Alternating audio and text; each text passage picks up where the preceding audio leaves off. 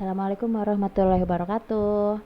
Di video kali ini saya akan menjelaskan mengenai struktur modal dan biaya rata-rata tertimbang atau biasa istilahnya disebut dengan WACC ya, Weighted Average Cost of Capital. Nah, sebagai pengantar, jadi setiap perusahaan itu dalam hal mencari modal itu kan tentu banyak alternatif ya dalam hal mencari modal, entah itu bisa dengan cara menerbitkan saham atau menerbitkan obligasi atau bisa juga dengan melakukan pinjaman ya. Nah, dan itu alternatif, semua alternatif itu kemudian dihitung biayanya berapa yang harus dikeluarkan oleh perusahaan. Nah, ini juga sekalian saya menjelaskan di materi yang penilaian saham dan obligasi ya, karena dalam hal di bab yang penilaian saham dan obligasi rumusnya sudah masuk ke sini gitu. Jadi dalam hal penilaian saham dan obligasi itu dalam rangka pencarian modal. Oke, di sini pengertian cost of capital. Jadi biaya modal diawali dengan modal adalah dana yang digunakan untuk membiayai pengadaan aktiva dan operasional perusahaan. Jadi setiap perusahaan dalam melakukan aktivitasnya, operasional perusahaan itu tentu memerlukan modal ya, salah satunya modal dana, karena kan modal itu tentu tidak bisa sepenuhnya dari internal perusahaan gitu ya. Oke, di sini ada konsep cost of capital atau biaya penggunaan modal atau biaya modal dimaksudkan untuk dapat menentukan besarnya biaya yang secara real harus ditanggung oleh perusahaan untuk memperoleh dana dari suatu sumber.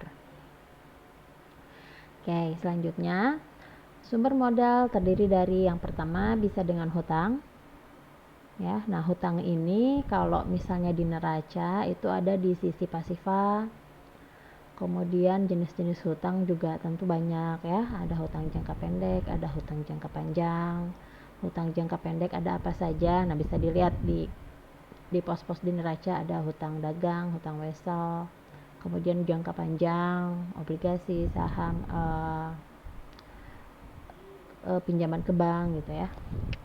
Nah, kemudian yang kedua adalah saham biasa. Kalau hutang ini obligasi ya. Jadi kalau misalnya obligasi itu artinya kan perusahaan memiliki utang gitu. Ya, kalau misalnya saham artinya yang pemegang saham itu adalah kepemilikan perusahaan. Kalau misalnya pemegang obligasi artinya dia meminjamkan dana kan. Jadi kaitannya adalah debitur dan kreditur gitu ya kalau obligasi, tapi yang diperdagangkan di pasar modal. Jadi instrumen keuangannya namanya obligasi gitu. Kalau misalnya diperbankan berarti hutang yang sifatnya di pasar uang. Nah, gitu ya. Yang kedua saham biasa, yang ketiga kemudian saham preferen. Yang keempat adalah laba ditahan. Ya. Oke, alasan perhitungan biaya modal yang pertama memaksimalkan nilai perusahaan, mengharuskan biaya-biaya tersebut, biaya modal diminimumkan gitu. Jadi tentu pada akhirnya kembali ke tujuan perusahaan gitu ya, yaitu memaksimumkan nilai perusahaan. Nah, itu salah satunya harus dengan gimana caranya supaya biaya-biaya itu dipres gitu ya, bisa diminimalkan untuk mencapai nilai perusahaan tertentu gitu. Kemudian yang kedua yaitu keputusan penganggaran modal atau capital budgeting memerlukan suatu estimasi tentang biaya modal. Nah, di video sebelumnya saya sudah membahas mengenai capital budgeting ya, yaitu dalam hal penilaian modal. Nah, ini salah satunya yang penting dimasukkan ke dalam penganggaran modal, itu juga kita harus memperhitungkan biayanya, biaya dalam hal memperoleh modal tersebut gitu. Jadi jangan sampai modal yang kita peroleh itu sudah masuk ke anggaran ya yang kita rencanakan gitu, tapi biayanya bengkak gitu. Atau jangan sampai modal yang berputar untuk operasional perusahaan itu tidak efektif, artinya lebih besar biayanya yang dikeluarkan daripada hasil yang diperoleh perusahaan berdasarkan dari modal tersebut. Nah gitu. Jadi tentu dalam hal pencarian modal itu ada perhitungannya gitu, biaya yang dikeluarkan berapa gitu ya. Kemudian yang ketiga, keputusan lain seperti leasing, modal kerja itu juga memerlukan estimasi biaya. Oke, besar biaya modal yang dimaksud merupakan biaya rata-rata tertimbang. Nah, untuk konsep WACC ini atau Weighted Average Cost of Capital ini adalah ketika perusahaan memiliki beberapa alternatif pencarian modal, ya, kemudian dihitung cost of capitalnya, yaitu biaya dalam pencarian modal di setiap instrumen tersebut. Nah, kemudian baru dihitung WACC-nya gitu. Jadi kalau setelah, kan perusahaan itu tidak mesti menentukan di satu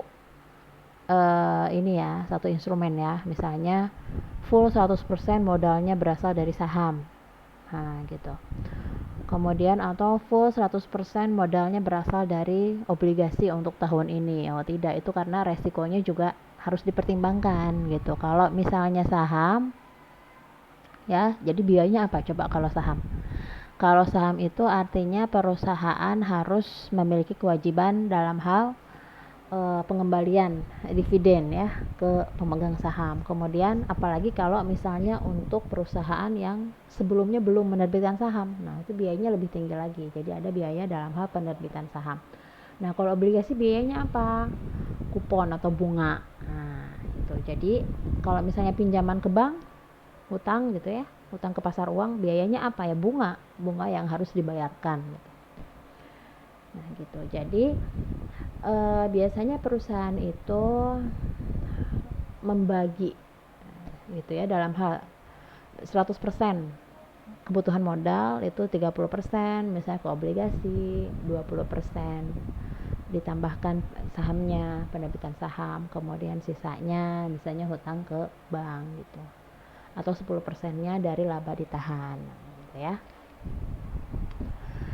Oke. Tidak semua komponen modal diperhitungkan dalam menentukan WACC. Hutang dagang tidak diperhitungkan dalam penentuan ACC karena tidak dapat terlalu dikontrol oleh manajemen. Kemudian yang kedua, diperlakukan sebagai arus modal kerja bersih dalam proses penganggaran modal. Nah, semua jenis-jenis pencarian modal yang tadi sudah dijelaskan ya, ada hutang, ada saham preferen, kemudian laba ditahan, itu semua ada biayanya harus diperhitungkan. Nah kecuali satu, yaitu hutang dagang. Hutang dagang itu adalah ada di bagian hutang jangka pendek. Nah itu yang paling harus segera dibayarkan ya, jadi jangkanya sangat pendek. Nah biasanya kalau misalnya perusahaan membayarkan bahan baku ke supplier gitu atau ke mitra, itu kan biasanya per 3 bulan atau per bulan gitu. Jadi ibaratnya perusahaan tersebut memiliki utang dalam hal kebutuhan modal kerja. Nah itu tidak diperhitungkan karena memang siklusnya yang sangat pendek, jangka pendek, sehingga itu yang membuat manajemen itu agak kesulitan untuk mengontrol perhitungannya tersebut gitu ya. Nah kemudian bisa jadi kan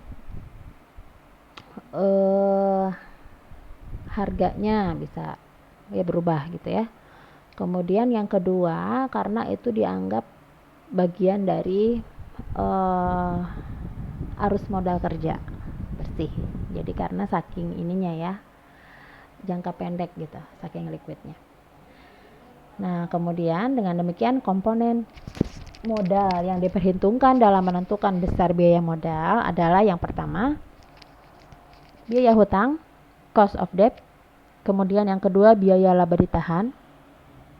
cost of retained earning, biaya saham preferred, cost of preferred stock, dan biaya saham baru, cost of new common stock.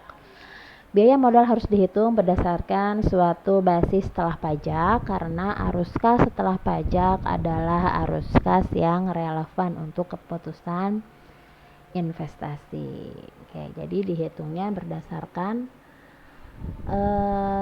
EAT, earning after tax.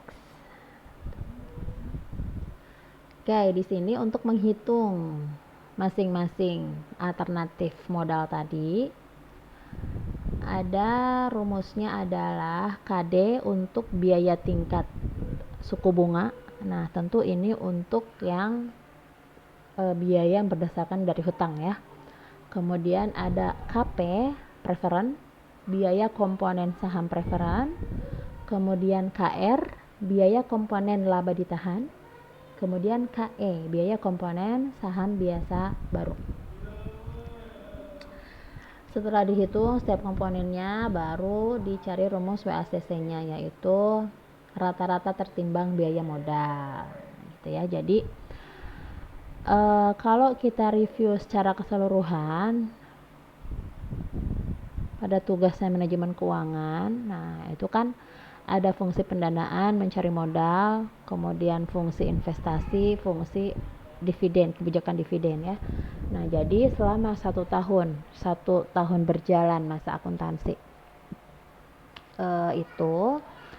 itu kan setiap sebelum tutup buku ya, itu kan semua harus dievaluasi gitu. Termasuk salah satunya adalah dalam hal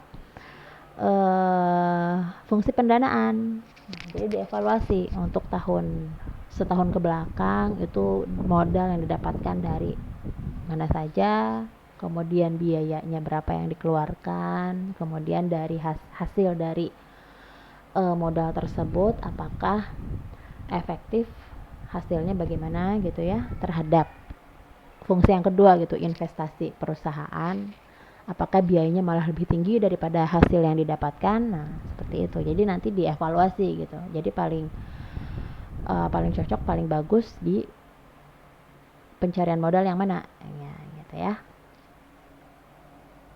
Itu menjadi pertimbangan, menjadi alat analisis untuk manajer keuangan.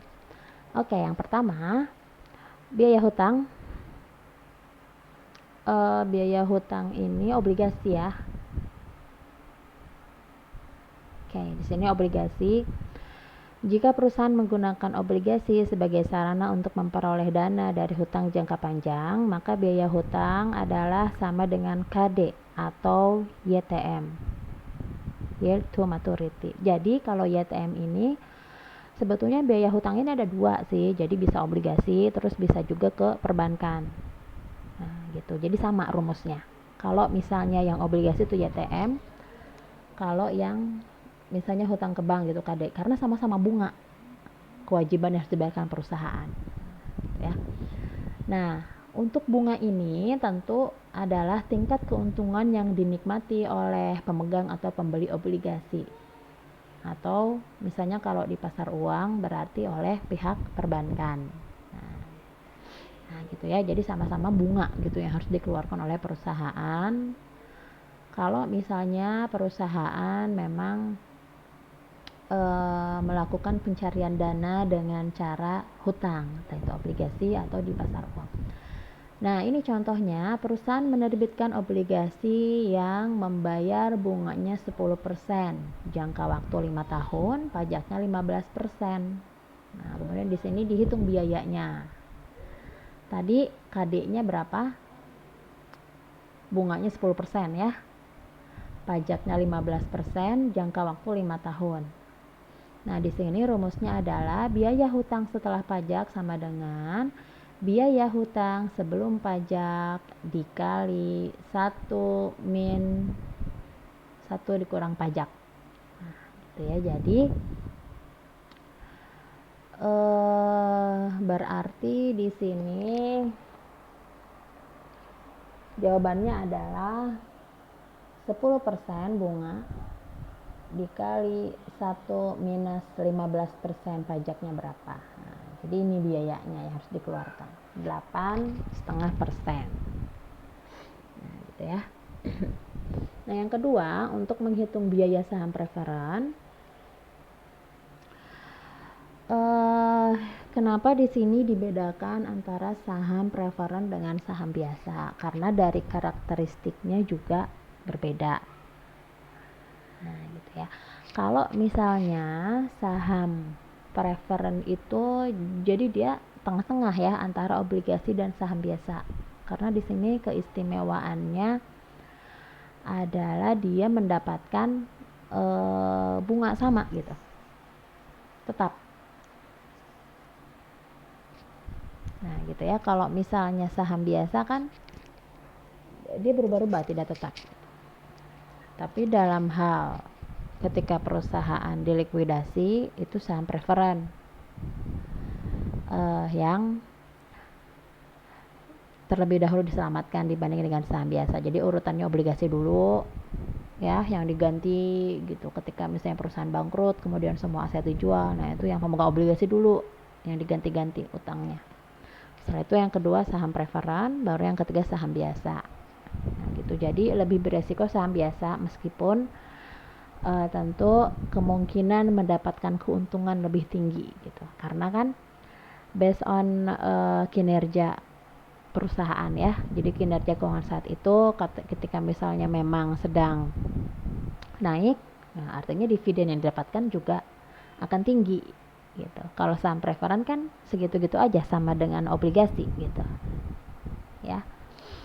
Oke. Nah, di sini biaya saham preferen adalah sama dengan tingkat keuntungan yang dinikmati pembeli saham preferen. Di sini rumusnya KP sama dengan DP per PN. Jadi KP di sini biaya saham preferen, DP-nya adalah dividen saham preferen tahunan per PN, harga saham preferen bersih yang diterima perusahaan penerbit. Setelah dikurangi biaya peluncuran saham atau flotation cost.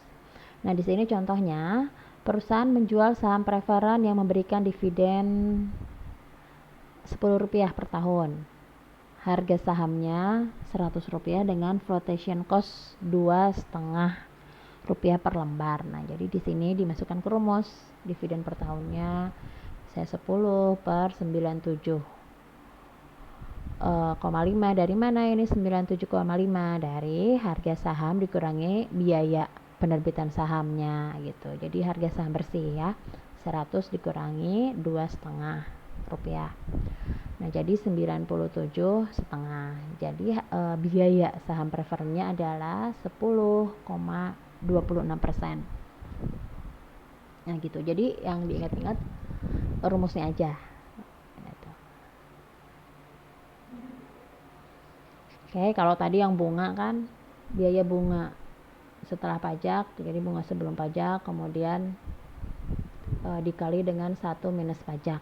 Nah, itu ya. Kalau ini saham preferen, KP cost of preferen sama dengan DP per PN, dividen tahunan dibagi dengan harga saham preferen bersih gitu ya. Nah, yang ketiga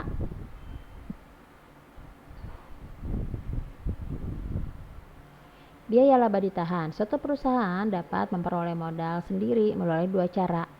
Nah, ini kalau yang laba ditahan, kalau yang tadi dulu ya, kalau misalnya yang utang dengan yang saham preferen, utang ya terutama itu masuknya di struktur modal eksternal. Nah, kalau yang internal, salah satu contohnya adalah yang termasuk ke dalam modal internal, yaitu laba ditahan. Karena kenapa? Laba ditahan itu berasal dari earning after tax ya. Kemudian setelah mendapatkan laba bersih kan setiap tahun perusahaan tentu harus membagikan dividennya.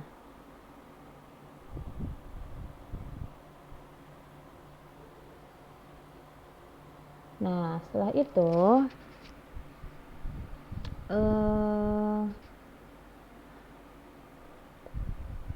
tadi sampai mana ya?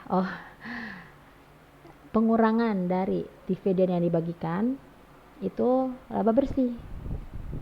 Jadi dari laba ditahan, Jadi dari laba bersih itu ada sebagian untuk bagian dividen yang dibagikan ke pemegang saham, kemudian ada sebagian untuk laba ditahan dikembalikan ke perusahaan. Jadi artinya itu dari perusahaan untuk perusahaan. Nah, gitu ya. Nah, itu masuknya di modal internal. Memang yang berasal dari perusahaan itu sendiri. Nah, biaya laba ditahan adalah sama dengan KS atau tingkat keuntungan yang disyaratkan investor pada saham biasa perusahaan yang bersangkutan. Nah, jadi untuk biaya laba ditahan yang menjadi biaya adalah ketika investor itu mensyaratkan keuntungannya.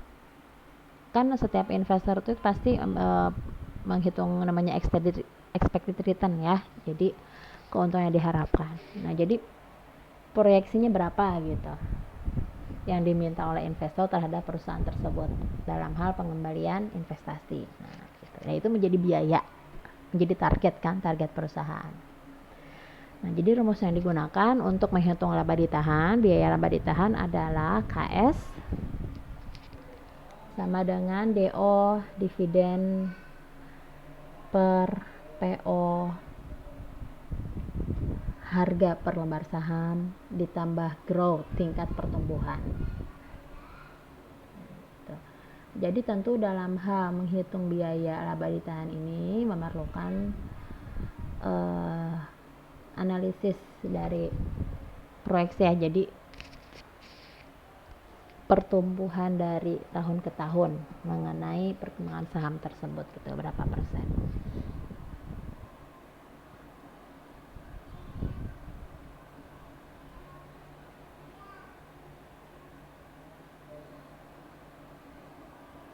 Oke, nanti contohnya sekalian dengan yang saham biasa baru. Nah, kemudian ada yang terakhir, biaya saham biasa baru lebih tinggi dari biaya laba ditahan karena penjualan saham biasa baru memerlukan biaya peluncuran, kemudian emisi dan flotation cost. Nah, jadi alternatifnya tadi ketika misalnya mendapatkan laba bersih, ya, ada sebagian untuk dividen, ada sebagian untuk laba ditahan. Nah, laba ditahan ini apakah memang murni langsung masuk kas perusahaan atau laba ditahan ini untuk menambah biaya untuk menambah penerbitan saham baru. Nah, gitu. Nah, tentu biayanya lebih tinggi dibandingkan dengan yang laba ditahan. Karena kenapa? Memerlukan biaya terkait dengan administrasi penerbitan saham ya, flotation cost, kemudian biaya-biaya yang lain, biaya peluncuran, pajak, kemudian belum lagi untuk biaya profesi-profesi yang terkait gitu ya, untuk membayar auditornya, bagian hukum, kemudian profesi-profesi penunjang lainnya gitu ya. Nah, tentu ini jadinya lebih tinggi biayanya. Tapi ada kemungkinan mendapatkan modal atau pengembalian dari biaya tersebut yang lebih tinggi pula dibanding dengan laba ditahan. Kalau misalnya laba ditahan tadi kan yang menjadi biaya adalah target dari investor berapa gitu keuntungannya ya untuk tahun depan. Nah, kalau misalnya saham biasa baru ini memang biaya yang dikeluarkan lebih tinggi gitu ya kalau misalnya mau menambah dalam hal penerbitan saham, tetapi ada kemungkinan mendapat modal yang lebih tinggi juga. Nah, ini tergantung dari perusahaannya, tergantung juga dari minat investor ya terhadap saham tersebut. Flotation cost akan mengurangi penerimaan perusahaan dari penjualan saham. Biaya ini terdiri dari biaya mencetak saham, komisi untuk pihak penjamin emisi saham, penawaran saham, dan biaya-biaya lainnya.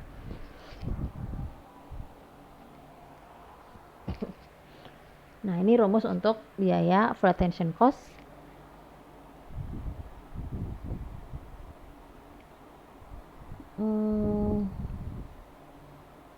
Langsung ke sini aja ya.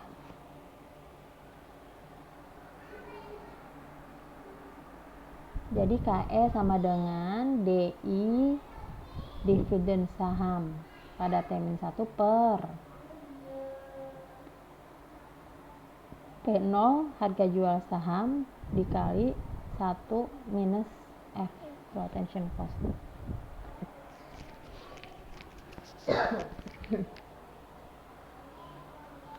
Nah, ini contohnya. Saham baru perusahaan terjual dengan harga 32 per lembar. Retention cost-nya 15% dari harga jual, yaitu biayanya ya, biaya penerbitan saham tersebut.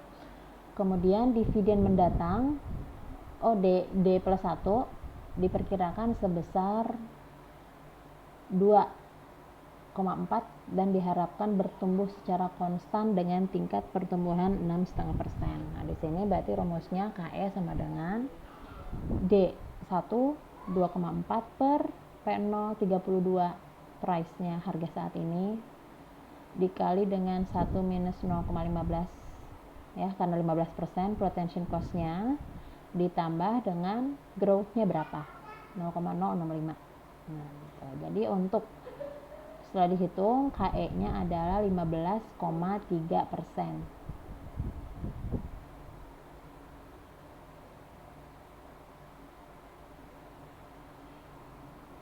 Gitu. Jika kita menggunakan biaya laba ditahan, maka D1 2,4 dibagi dengan P0 32 ditambah 0,065 jadi 14%.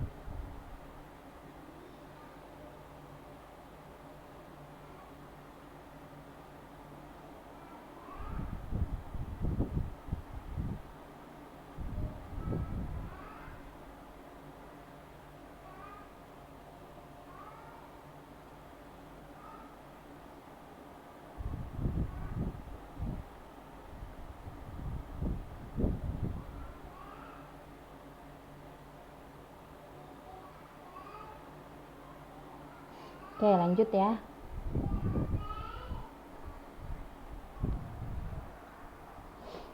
Oh ya, betul rumusnya. Kirain ketukar, ternyata betul. Nah, jadi di sini yang lebih tinggi yang saham penerbitan saham baru ya, 15,3% dibandingkan dengan yang laba ditahan yaitu 14%. Oke, setelah itu baru kita hitung biaya secara keseluruhan, yaitu dengan rumus WACC tadi. Nah, ini tergantung dengan komponen biaya pada perusahaan tersebut gitu, karena tidak mesti harus sama, tidak mesti harus selalu keempat alternatif ini, tidak. Jadi tergantung, setiap perusahaan beda-beda dalam hal mendapatkan dananya, biayanya juga beda-beda.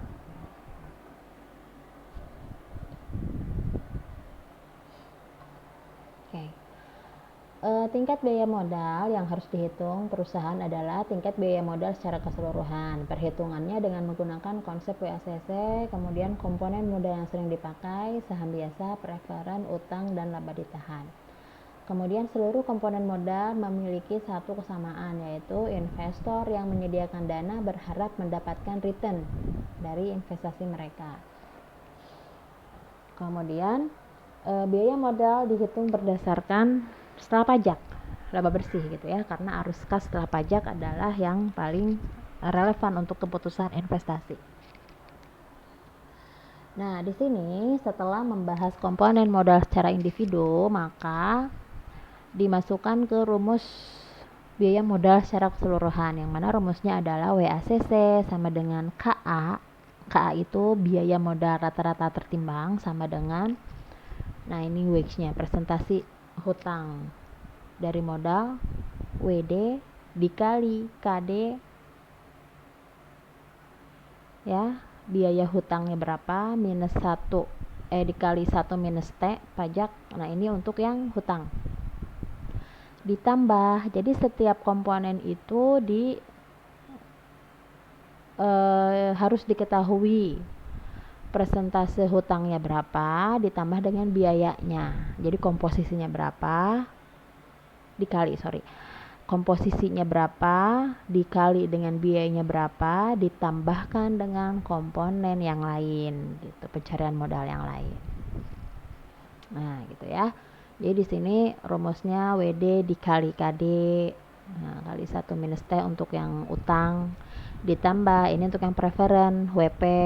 WP itu proporsinya atau presentasi saham preferennya berapa persen dikali dengan KP biayanya berapa, kemudian ditambah dengan WS. Nah ini kalau yang ini yang sendiri ya, yang presentasi saham biasa atau laba ditahan gitu. Jadi yang saham biasa atau laba ditahan dikali dengan biayanya berapa.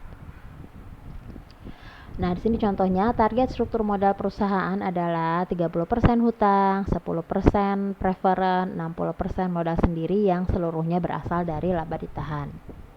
Nah, biaya hutangnya 12%, biaya saham preferen 12,6, biaya laba ditahan 16,5.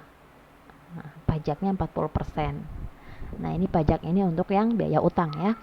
Nah, jadi di sini dimasukkan masing-masing ke rumusnya. Nah, jadi KA sama dengan WD, WACE-nya berapa utang? Komposisinya, proporsinya 30%. Dikali dengan biayanya berapa utang? Biaya hutang 12% dikali 1 minus 40% ya. Ditambah dengan sekarang yang preferen. Preferen berapa proporsinya? 10% dikali dengan biaya saham preferen dikali dengan 12,6% ditambah dengan yang saham biasa. Oh, ini semuanya di laba ditahan ya. 60% modal sendiri. Nah, 0,6 dikali dengan 16,5%. Nah, jadi secara keseluruhan WACC-nya adalah 13,32%. Nah, gitu. Jadi misalnya dari ketiga alternatif pendanaan yang dilakukan oleh perusahaan ini, misalnya targetnya 1 miliar misalnya ya. Ya, ini biayanya segini, 13,32%. Gitu dari 1 miliar tersebut. Nah, seperti itu. Oh, ini soal ini masuk ke TB2 ya kalau nggak salah ya. Oke. Mungkin sekian untuk penjelasan di materi kali ini mengenai WACC. Terima kasih. Assalamualaikum warahmatullahi wabarakatuh.